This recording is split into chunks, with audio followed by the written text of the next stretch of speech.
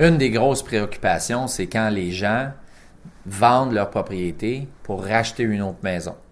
La question qui se pose à ce moment-là, c'est est-ce que je devrais vendre ma propriété actuelle avant de faire une promesse d'achat sur une autre maison, avant de faire la recherche d'une autre maison, ou est-ce que je devrais commencer par trouver la nouvelle maison avant de vendre la mienne? Il y a des avantages et des inconvénients dans les deux cas.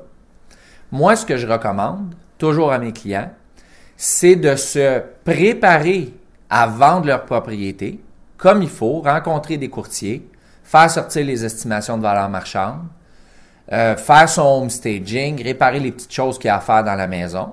Et une fois qu'on est prêt à faire la mise en marché, à mettre notre maison à vendre sur le marché, à ce moment-là, prendre le recul et aller magasiner des maisons. C'est préférable. Moi, je recommande de faire une promesse d'achat conditionnelle sur la vente de la propriété que j'ai trouvée. Je vais faire mes recherches. Je vais aller magasiner sur le marché comme acheteur. Je vais faire une promesse d'achat conditionnelle à la vente de ma propriété. Donc, j'ai trouvé la nouvelle maison avant de vendre la mienne. Une fois que j'ai fait ma promesse d'achat conditionnelle à la vente de ma propriété, là, je sais exactement combien je paye pour la nouvelle maison. Donc, je sais aussi mon budget.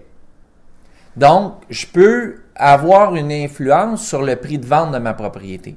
Si je prends la décision de mettre ma propriété sur le marché à ce moment-là, bien là, je vais être un petit peu plus agressif peut-être sur le prix.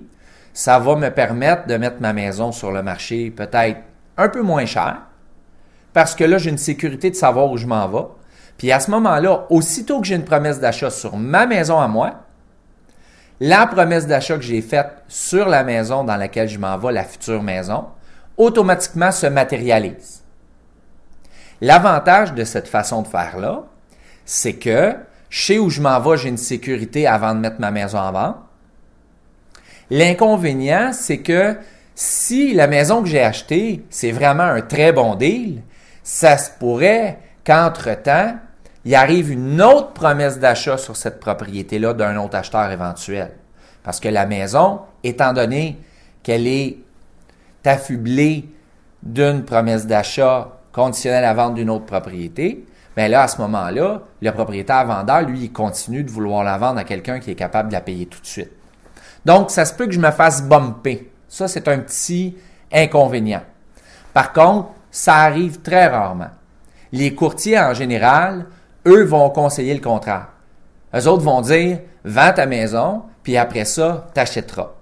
Cette façon de faire-là, ce qui arrive avec ça, c'est que quand je vends ma maison, j'accepte une promesse d'achat sur ma maison, avant d'avoir trouvé la maison que je veux pour le futur, mais quand ça se passe, ça, bien là, j'ai une date de déménagement. Donc là, je signe et je m'engage à avoir quitté ma maison pour telle date. Donc là, ce qui se passe avec ça, c'est que l'inconvénient, c'est que là, j'ai de la pression pour trouver quelque chose à mon goût dans ce délai-là. Donc, idéalement, aller se préparer pour vendre sa maison comme il faut, aller trouver la maison qui m'intéresse, faire une promesse d'achat conditionnelle à la vente de ma propriété et ensuite mettre ma propre maison sur le marché.